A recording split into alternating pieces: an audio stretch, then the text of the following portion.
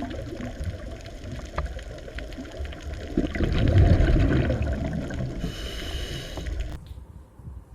મિત્રો, આપણે ધોરણ 12 ના પ્રકરણ નંબર 2 સપુષ્પ વનસ્પતિઓમાં લિંગી પ્રજનનની ચર્ચા કરતા હતા. થોડુંક ગયા લેક્ચરનું રિવિઝન કરી લઈએ તો ગયા વખતે આપણે પૂર્વફલન રચનાઓ અને ઘટનાઓની વાત કરતા અને એમાં આપણે નરજન્યુ જનન સુધીની ચર્ચા આપણે શરૂ કરી હતી.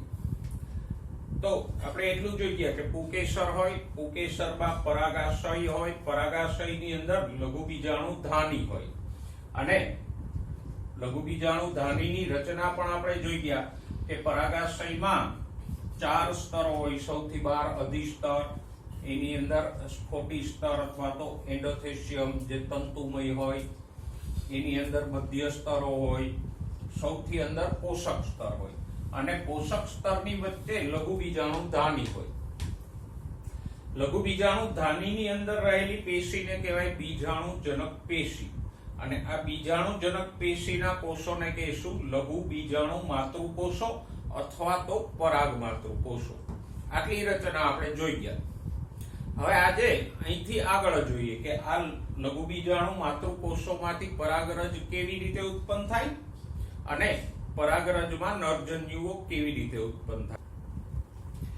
વિદ્યાર્થી મિત્રો, હવે આપણે એ જોઈએ કે આ લઘુ બીજાણુ માતૃકોષો અથવા તો પરાગ માતૃકોષોમાંથી લઘુ બીજાણુ એટલે પરાગરજ કેવી રીતે ઉત્પન્ન થાય અને પરાગરજ ઉત્પન્ન થવાની આ ઘટનાને કહેવાય લઘુ બીજાણુ જનન.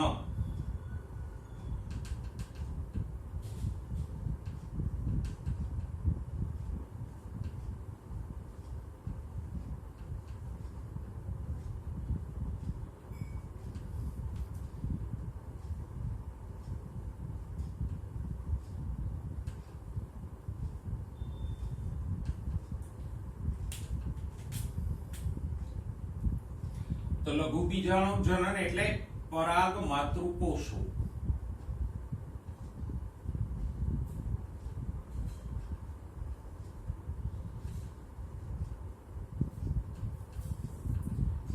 અથવા તો જેને આપણે લઘુ બીજાણુ માતૃકોષો કીધા.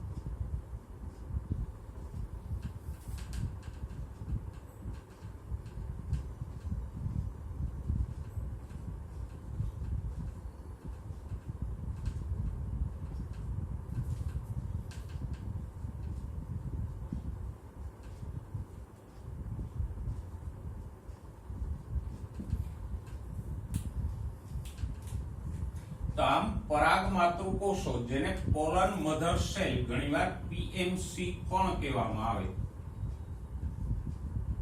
પીએમસી એટલે પોલન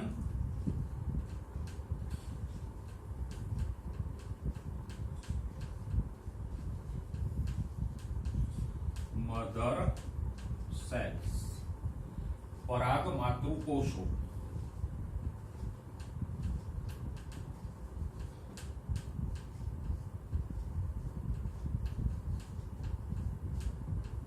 શબ્દને જરા યાદ રાખજો.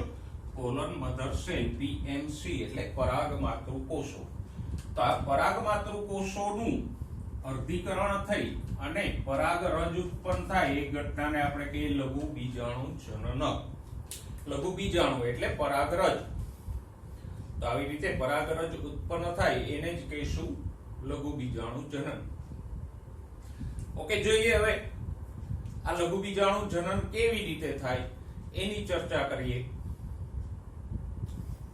તો મિત્રો જુઓ, લઘુ બીજાણુ જનન કેવી રીતે થશે તો કે પરાગાશયની લઘુ બીજાણુ ધાનીમાં જે પરાગ માતૃકોષો અથવા તો લઘુ બીજાણુ માતૃકોષો હોય એનું અર્ધીકરણ થઈ અને 4 કોષો ઉત્પન્ન થાય. આ 4 કોષોના સમૂહને કહેશું પરાગ ચતુષ્ક. અને પછી પરાગ ચતુષ્કના 4 કોષોની ફરતે જાડી દિવાલનું નિર્માણ થાય અને 4 કોષો છૂટા પડી જાય તો એને કહેશું પરાગરજ. એટલે પ્રક્રિયા એકદમ સરળ છે. પરાગ માતૃકોષનું અર્ધીકરણ થઈ અને 4 પરાગરજ ઉત્પન્ન થાય.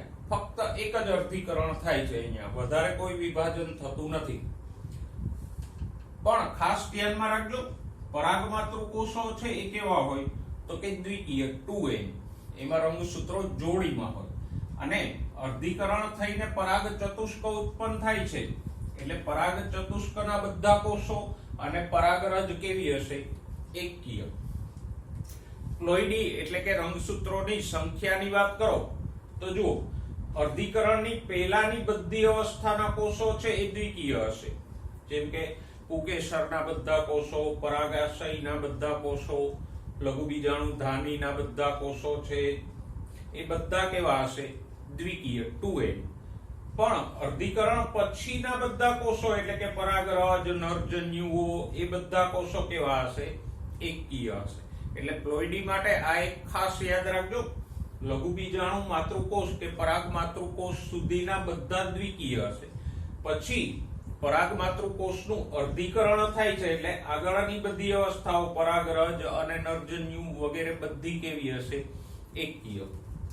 તો આમ અહીંયા પરાગાશયની બીજાણુ ધાનીમાં આવેલ પરાગ માતૃકોષો છે એ દ્વિકીય હોય, એનું અર્ધીકરણ થઈ અને 4 કોષો ઉત્પન્ન થાય. એ 4 કોષોના સમૂહને આપણે કહીશું પરાગ ચતુષ્ક, જે એકકીય હોય. અને પછી એ પરાગ ચતુષ્કના 4 કોષો છે એ સ્વતંત્ર પરાગરજમાં ફેરવાઈ જશે. અને આ પરાગરજ એટલે લઘુબીજાણુ પણ એકકીય હશે. તો આ થઈ લઘુબીજાણુ જનનની વાત કે જે એકદમ સરળ છે. પરાગ માતૃકોષોનું એક જ વાર અર્ધીકરણ થઈ અને પરાગરજ ઉત્પન્ન થાય છે. પણ ધ્યાનમાં એ રાખજો, એક પરાગ માતૃકોષ હોય તો પરાગરજ કેટલી ઉત્પન્ન થાય છે? 4. એટલે કદાચ તમને MCQ માં પૂછે કે 100 પરાગરજ ઉત્પન્ન થવા માટે કેટલા પરાગ માતૃકોષોની જરૂરિયાત પડે, તો 1 માંથી 4 તો 25 માંથી 100. તો 100 પરાગરજ ઉત્પન્ન થવા માટે 25 પરાગ માતૃકોષોની જરૂર પડશે. અથવા તો એવી રીતે પૂછે કે 80 પરાગરજ ઉત્પન્ન થવા માટે કેટલા અર્ધીકરણની જરૂર પડે, તો એકવારના અર્ધીકરણથી 4 પરાગરજ ઉત્પન્ન થાય છે. તો 20 અર્ધીકરણથી 80 પરાગરજ ઉત્પન્ન થઈ જશે. એટલે આ વસ્તુને ખાસ ધ્યાનમાં રાખજો કે એક પરાગ માતૃકોષ હોય એનું એકવાર અર્ધીકરણ થઈ અને 4 પરાગરજ બને, જેથી કરીને MCQ ની ગણતરીમાં તમને સરળતા રહે. દોસ્તો, પરાગરજની રચનાની વાત કરી તો પરાગરજ છે એ પરાગાશયમાં ઉત્પન્ન થાય એ આપણે ભણી ગયા. અને પછી પરાગાશયનું સ્ફોટન થાય એટલે કે પરાગાશય તૂટે એટલે એમાંથી પરાગરજ બહાર આવે. કોઈ પુષ્પ લઈ અને એના પરાગાશયોને આપણે સ્પર્શ કરીએ તો આપણી આંગળીમાં એક બારીક પાવડર જેવો પદાર્થ આવી જાય. તો આ જે પાવડરી પદાર્થ છે એ શું છે તો કે એ પરાગરજ છે. તો આમ પરાગરજ છે એક કોષીય, અતિશય સૂક્ષ્મ અને મોટા જથ્થામાં પાવડર સ્વરૂપની ઉત્પન્ન થતી હોય સામાન્યતઃ. પરાગરજના આકારની વાત કરીએ તો વનસ્પતિ પરાગરજનો આકાર છે જુદો જુદો હોઈ શકે. જુઓ, આકૃતિમાં તમે જોઈ શકો છો કે ઘણાની પરાગરજ છે લંબગોળ છે, ઘણાની પરાગરજ છે ગોળ છે, ઘણી પરાગરજ છે એ લીસી હોય, ઘણી પરાગરજ છે એ કંટકીય એટલે કે સપાટી ઉપર કાંટાવાળી હોય. તો આમ પરાગરજ છે એ અલગ અલગ આકાર અને અલગ અલગ રચના ધરાવતી હોઈ શકે. પરાગરજના કદની વાત કરો તો પરાગરજનું કદ છે સામાન્ય રીતે 25 થી 30 માઇક્રોમીટર જેટલું હોઈ શકે. ઓકે, હવે પરાગરજની વિસ્તૃત રચનાની વાત કરીએ કે ભલે એનો આકાર છે એ અલગ હોય, બાહ્ય સપાટી અલગ હોય, પણ મૂળભૂત રચનામાં બધી જ વનસ્પતિની પરાગરજો છે એ સમાનતા ધરાવે છે. પરાગરજની ફરતે 2 આવરણ હોય, બાહ્ય આવરણ અને અંતઃ આવરણ. બાહ્યાવરણની વાત કરો તો બાહ્યાવરણ છે એ સ્પોરોપોલિનિન નામના પદાર્થનું બનેલું હોય.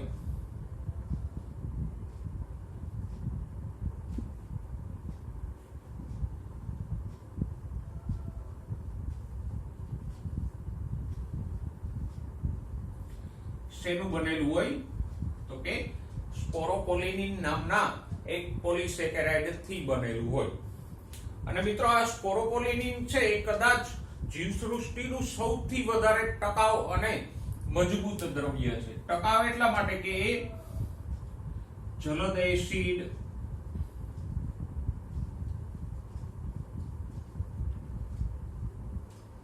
બેઝ,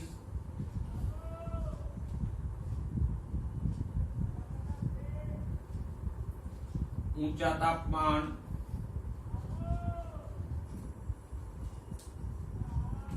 કે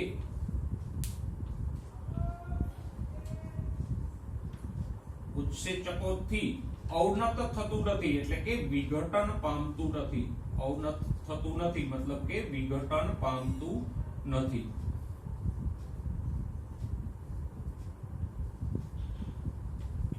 એટલે કે કોઈ પણ રીતે સળતું નથી. તો એટલું બધું એ ટકાઉ છે.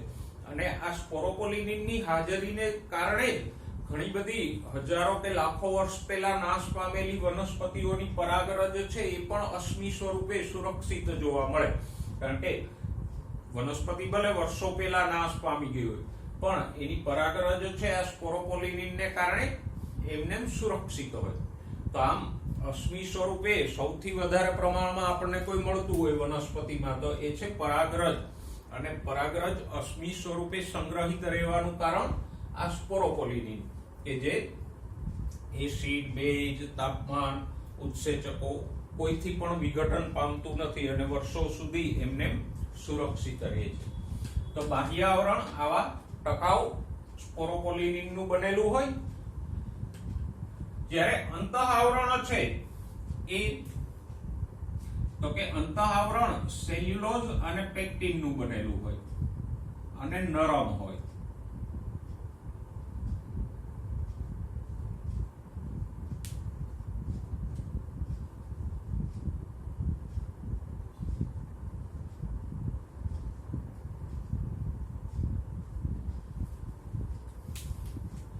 આમ પરાગરજની રચના સરળ છે. બહારની તરફ સ્પોરોપોલિનિન નું બનેલું બાહ્ય આવરણ હોય, જ્યારે એની અંદર સેલ્યુલોઝ અને પેક્ટિન નું બનેલું અંતઃ આવરણ હોય. ઓકે, એક બીજો શબ્દ જોઈ લે પરાગરજની રચના સંબંધે, એ છે જનન છિદ્ર. મિત્રો આ સ્પોરોપોલિનિન નું આવરણ જો આખી પરાગરજની ફરતે હોય તો પરાગરજની અંદર જે નરજન્યુ ઉત્પન્ન થાય તે કોઈ રીતે બહાર જ ન આવી શકે, કારણ કે સ્પોરોપોલિનિન છે એ તો ટકાઉ છે. તો પછી જો આખી પરાગરજની ફરતે આવું સ્પોરોપોલિનિન નું આવરણ હોય તો નરજન્યુઓ છે બહાર આવીને ફલન કરી જ ન શકે. તો નરજન્યુઓ બહાર આવી શકે એટલા માટે સ્પોરોપોલિનિનમાં ઘણી જગ્યાએ છિદ્રો આવેલા હોય. એ છિદ્રો કે ફાંટાને શું કહેવાય? જનન છિદ્ર. જ્યારે આ પરાગરજ છે એ પરાગાસન ઉપર સ્થાપિત થશે ત્યારે આ અંતઃ આવરણ છે એક નલિકા, જેને આપણે પરાગ નલિકા કીધી, એ સ્વરૂપે બહાર આવશે. તો આમ પરાગ નલિકા બહાર આવવા માટે સ્પોરોપોલિનિનમાં આવા વિશિષ્ટ છિદ્રો કે ફાંટ હોય એને શું કહેવાય? જનન છિદ્ર.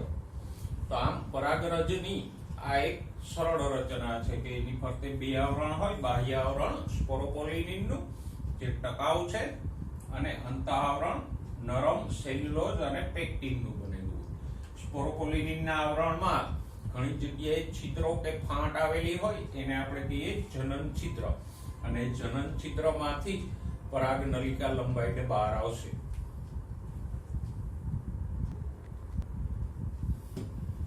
મિત્રો હવે પરાગરજનો વિકાસ અથવા તો નરજન્યુ જનકનો વિકાસ. પહેલા એ જુઓ કે નરજન્યુ જનક અવસ્થા એટલે શું? તો કે એવી અવસ્થા કે જે નરજન્યુઓ ઉત્પન્ન કરે છે. ધોરણ 11 ના પ્રકરણ નંબર 3 માં આપણે વનસ્પતિનું જીવન ચક્ર ભણી ગયા. એમાં જન્યુજનક અવસ્થા અને બીજાણુજનક અવસ્થાનો ખ્યાલ આપણે મેળવી ગયા. તો જે અવસ્થા જન્યુઓ ઉત્પન્ન કરે એને આપણે જન્યુજનક અવસ્થા કહેતા હતા. તો અહીંયા જે અવસ્થા નરજન્યુઓ ઉત્પન્ન કરે એને આપણે નરજન્યુજનક અવસ્થા કહીશું. અને નરજન્યુઓ કોણ ઉત્પન્ન કરે છે? તો કે નરજન્યુઓ છે પરાગરજની અંદર ઉત્પન્ન થાય છે. માટે આવૃત બીજધારીમાં નરજન્યુજનક અવસ્થાનું પ્રતિનિધિત્વ કોણ કરે છે, અથવા તો નરજન્યુજનક અવસ્થા ક્યાં છે? તો કે પરાગરજની અંદર જ વિકાસ પામે છે. સરળ શબ્દોમાં કહીએ તો પરાગરજની અંદર બે નરજન્યુઓ ઉત્પન્ન થાય એ ઘટનાને આપણે શું કહીએ? નરજન્યુજનકનો વિકાસ. તો આમ અહીંયા નરજન્યુજનક અવસ્થા છે પરાગરજની અંદર જ સંમેલિત છે, એટલે જ આપણે પરાગરજનો વિકાસ કયો કે નરજન્યુજનક અવસ્થાનો વિકાસ કયો, બંને એક જ થશે. તો જોઈએ પરાગરજમાં નરજન્યુજનક અવસ્થાનો વિકાસ કેવી રીતે થાય છે અને પરાગરજમાં નરજન્યુઓ કેવી રીતે ઉત્પન્ન થાય છે. તો જુઓ મિત્રો, જ્યારે પરાગરજ પરાગાશયની અંદર જ હોય ત્યારે પરાગરજનું વિભાજન થઈ અને બે અસમાન કોષો ઉત્પન્ન થાય. આકૃતિમાં તમે જોઈ શકો છો કે એક મોટો કોષ ઉત્પન્ન થાય છે એને આપણે વાનસ્પતિક કોષ કહીએ, અને બીજો નાનો કોષ ઉત્પન્ન થાય છે એને આપણે જનન કોષ કહીએ. તો આમ પરાગરજનું પહેલું વિભાજન થઈ અને બે અસમાન કોષો ઉત્પન્ન થાય. મોટા કોષને કહેશું વાનસ્પતિક કોષ અને નાના કોષને કહેશું જનન કોષ. વાનસ્પતિક કોષ મોટો હોય અને એમાં વિપુલ પ્રમાણમાં ખોરાક સંગ્રહિત હોય, એનું કોષ કેન્દ્ર પણ અનિયમિત હોય. જ્યારે જનન કોષ છે એ નાનો હોય અને સામાન્ય રીતે વાનસ્પતિક કોષના કોષરસમાં તરતો હોય. જનન કોષનું કોષ કેન્દ્ર પણ ત્રાકાકાર હોય. હવે સામાન્ય 60% થી વધારે આવૃત બીજધારીઓમાં આમ પરાગરજનું પહેલું વિભાજન થઈ અને આ બે કોષો બને ત્યારે પરાગાશયનું સ્ફોટન થાય અને પરાગરજ છે એ મુક્ત થઈ જતી હોય. તો 60% કરતાંય વધારે આવૃત બીજધારીઓમાં પરાગરજ આમ દ્વિકોષીય અવસ્થાએ મુક્ત થઈ જતી હોય છે. પણ બાકીની ઘણી વનસ્પતિઓમાં જનન કોષનું વિભાજન થશે અને બે નરજન્યુઓ બનશે.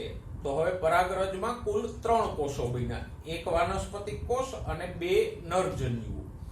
તો 40% કરતા ઓછી આવૃત બીજધારીઓમાં પરાગરજ છે આમ 3 કોષીય અવસ્થાએ મુક્ત થતી હોય છે.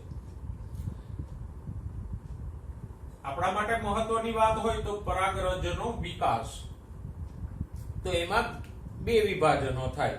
પહેલું વિભાજન થાય એટલે બે અસમાન કોષો ઉત્પન્ન થાય, મોટો વાનસ્પતિક કોષ અને નાનો જનન કોષ. અને પછી બીજું વિભાજન ફક્ત જનન કોષનું જ થાય છે અને જનન કોષનું વિભાજન થઈ અને બે નરજન્યુઓ ઉત્પન્ન થાય. તો આમ નરજન્યુજનકના વિકાસમાં બે વિભાજનો થશે અને બંને વિભાજનો છે એ સમવિભાજન પ્રકારના હશે, અર્ધીકરણ થશે નહીં. ઓકે મિત્રો, તો આમ પરાગરજમાં બે સમવિભાજન થઈ અને પરાગરજની અંદર બે નરજન્યુઓ ઉત્પન્ન થાય. આ ઘટનાને જ આપણે નરજન્યુજનકનો વિકાસ કહી શકીએ. દોસ્તો, પરાગરજનું મહત્વ. હવે આમ જુઓ તો જીવસૃષ્ટિ કે વનસ્પતિ માટે તો પરાગરજનું ઘણું બધું મહત્વ છે, કારણ કે પરાગરજની અંદર જ નરજન્યુઓ ઉત્પન્ન થાય. એ નરજન્યુઓ છે ફલન કરે, ફલનથી બીજ ઉત્પન્ન થાય, બીજથી વનસ્પતિની નવી પેઢી ઉત્પન્ન થાય. તો આમ વનસ્પતિ માટે તો પરાગરજ છે ખૂબ જ અગત્યની છે. પણ આપણે અહીંયા જે મહત્વની વાત કરવાની છે એ મહત્વ મનુષ્ય માટે છે. મનુષ્ય જાતિ માટે પરાગરજનું મહત્વ શું છે? તો કે એના ફાયદા અને ગેરફાયદા બંને છે. પહેલા આપણે પરાગરજના ગેરલાભની વાત કરીએ.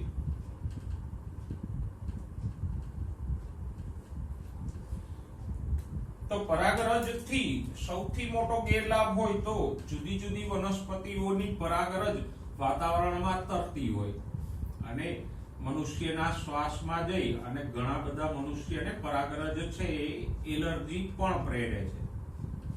કારણ કે આપણી આજુબાજુમાં રહેલી વનસ્પતિઓની પરાગરજ છે એ વાતાવરણમાં તરતી જ હોય અને આપણા શ્વાસમાં પણ જતી જ હોય. તો આમ પરાગરજ છે શ્વાસમાં જવાને કારણે ઘણા લોકોને એલર્જી પણ થાય. અને ખાસ કરીને ઘણી વનસ્પતિઓ કે જે મોટા પ્રમાણમાં પરાગરજ ઉત્પન્ન કરે છે, દાખલા તરીકે ભારતમાં એક સમયે ઘઉં આયાત કરવામાં આવેલા, એ આયાતી ઘઉંની સાથે પાર્થેનિયમ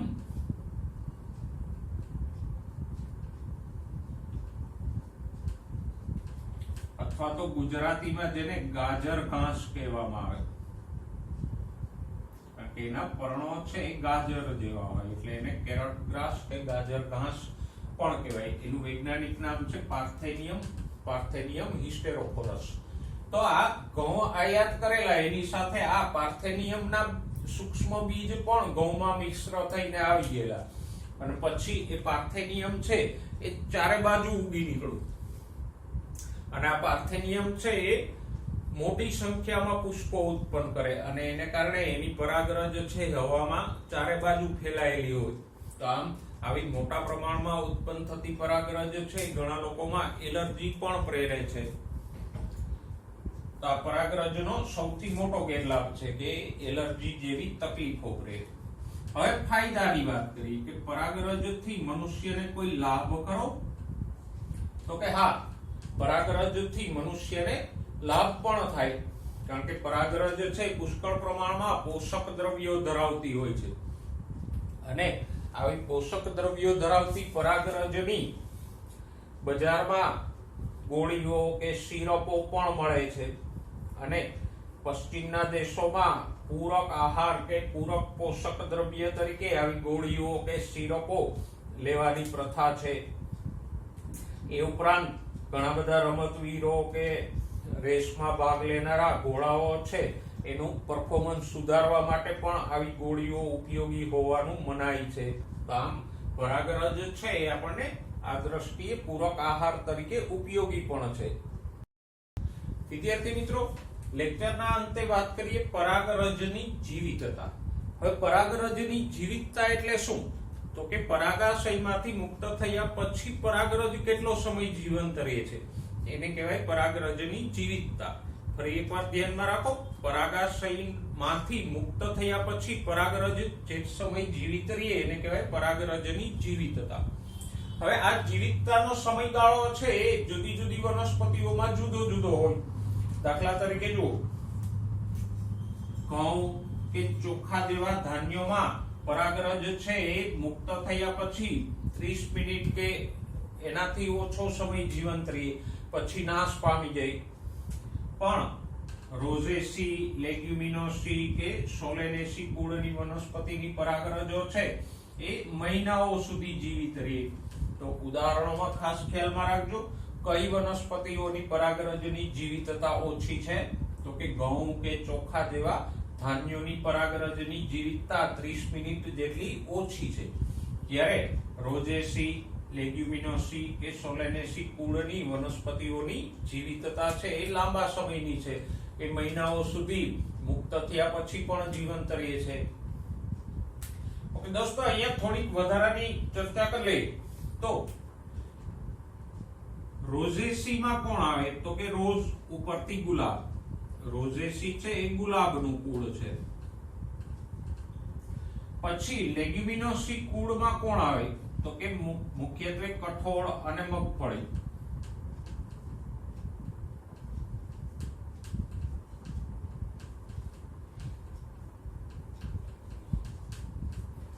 અને સોલેનેસી કુળમાં કોણ આવશે? તો કે આપણે 11મા ધોરણમાં ભણી ગયા ધતુરો, પછી બટાકા,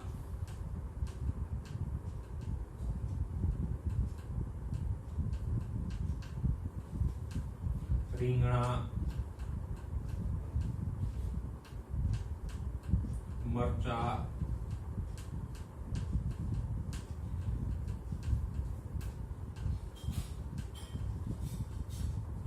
ટમેટા, આ બધા છે એ સોલેનેસી કુળમાં આવશે.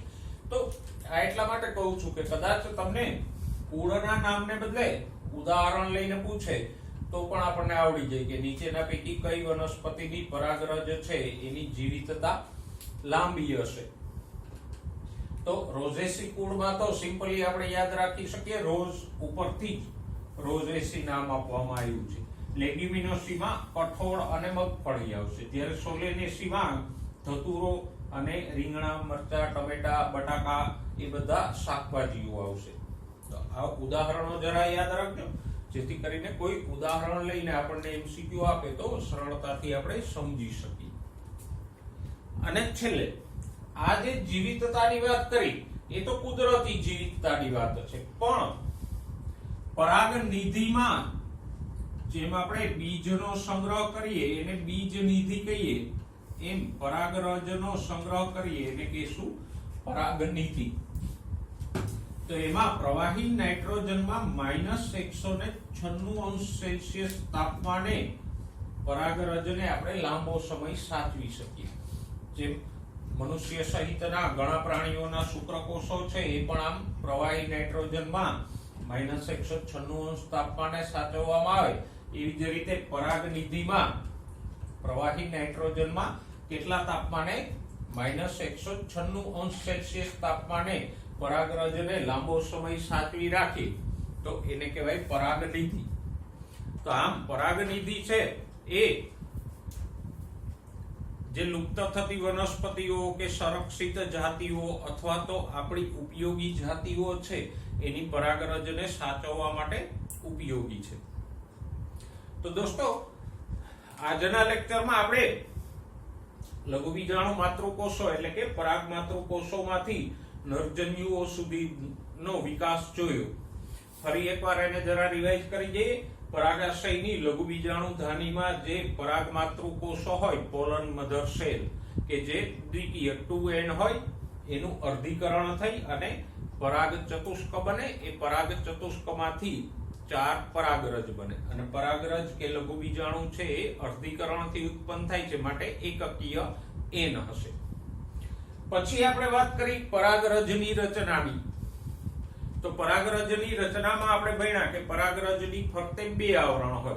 બાહ્ય આવરણ કે જે ટકાઉ અને મજબૂત સ્પોરોપોલિનિન નું બનેલું છે, અંતઃ આવરણ જે પાતળું અને સેલ્યુલોઝ અને પેક્ટિન નું બનેલું છે. સ્પોરોપોલિનિનના આવરણમાં અમુક જગ્યાએ છિદ્રો હોય, એને આપણે જનન છિદ્રો કીધા.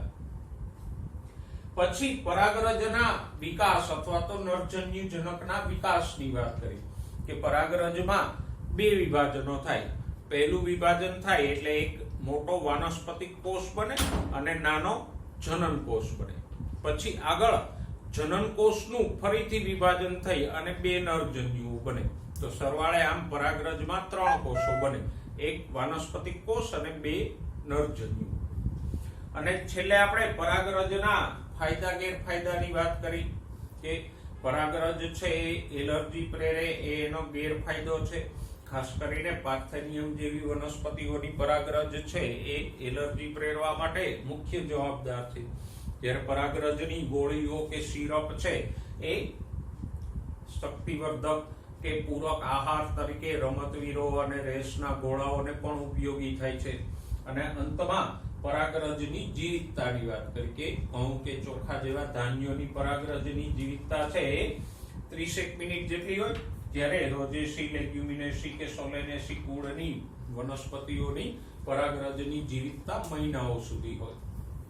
અને અંતમાં પરાગનિધિની વાત કરી કે કોઈ સંરક્ષિત કે ઉપયોગી વનસ્પતિઓની પરાગરજને આપણે -196 સંગ્રહી રાખીએ તો એવા સંગ્રહને શું કહીશું? પરાગનિધિ.